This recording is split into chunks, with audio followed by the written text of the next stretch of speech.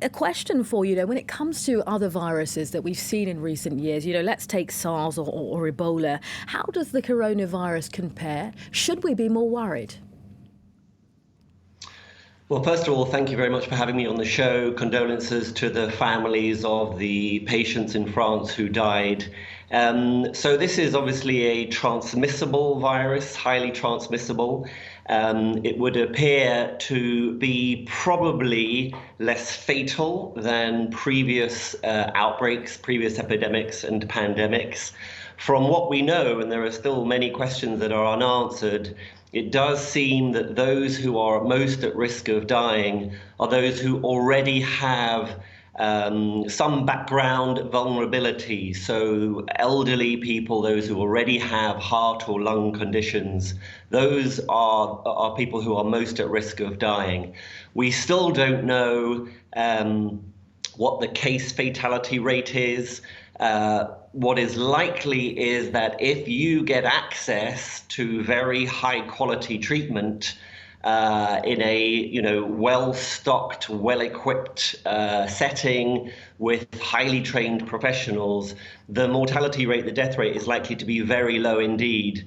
Look, if I get coronavirus here in Durham, North Carolina, I'm sitting at Duke University. It has one of the finest hospitals in the country.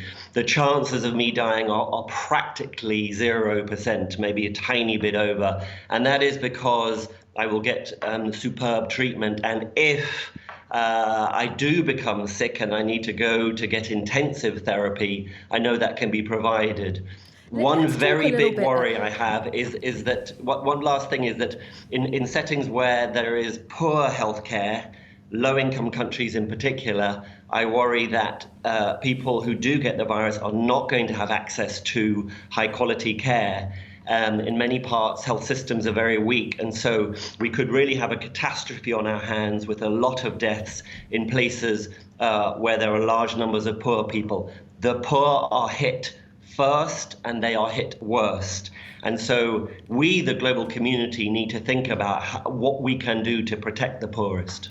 Well, let's come on back on that, Gavin, because you talk about, there being a weak global pandemic preparedness system that's led to the rising numbers of people being infected. What more should we be doing to stem this spread ultimately? Yes, I mean, the first thing is that the WHO has asked for emergency funding. It hasn't asked for very much, less than $100 million. And so far, really, the response has been very weak, about $1 million to $2 million. We are going to have to mobilize very large sums of money in the orders of billions of dollars. Now, that might seem, like a large sum, like sticker shock. But we know that this virus alone is likely to knock hundreds of billions of dollars off the economy. So we need to invest now relatively small amounts of money to make sure that countries are prepared, to strengthen national preparedness systems, to strengthen their capabilities to detect the virus, to do what's called contact tracing, where you trace people who could have come into contact with the virus.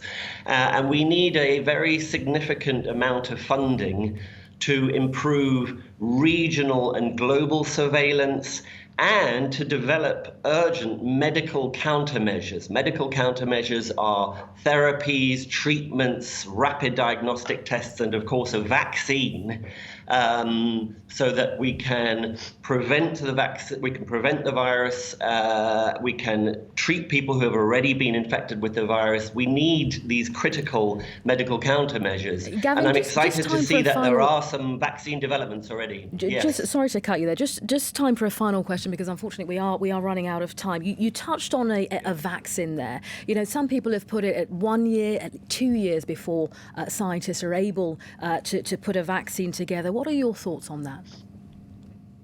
Yes, I think there are several vaccine efforts. Some are funded here in the United States by the United States government, some funded by CEPI in Norway, the Coalition for Epidemic Preparedness Innovations. You're right, it is likely to be a year away at the fastest.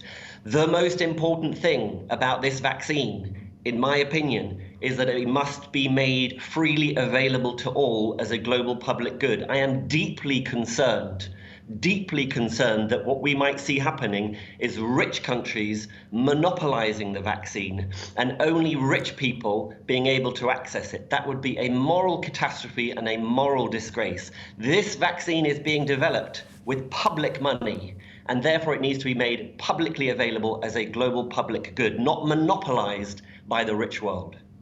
OK, Gavin Yamey, you're a professor of global health and public policy at Duke University. We'd love to speak to you more about this. Unfortunately, we have run out of time for now, though.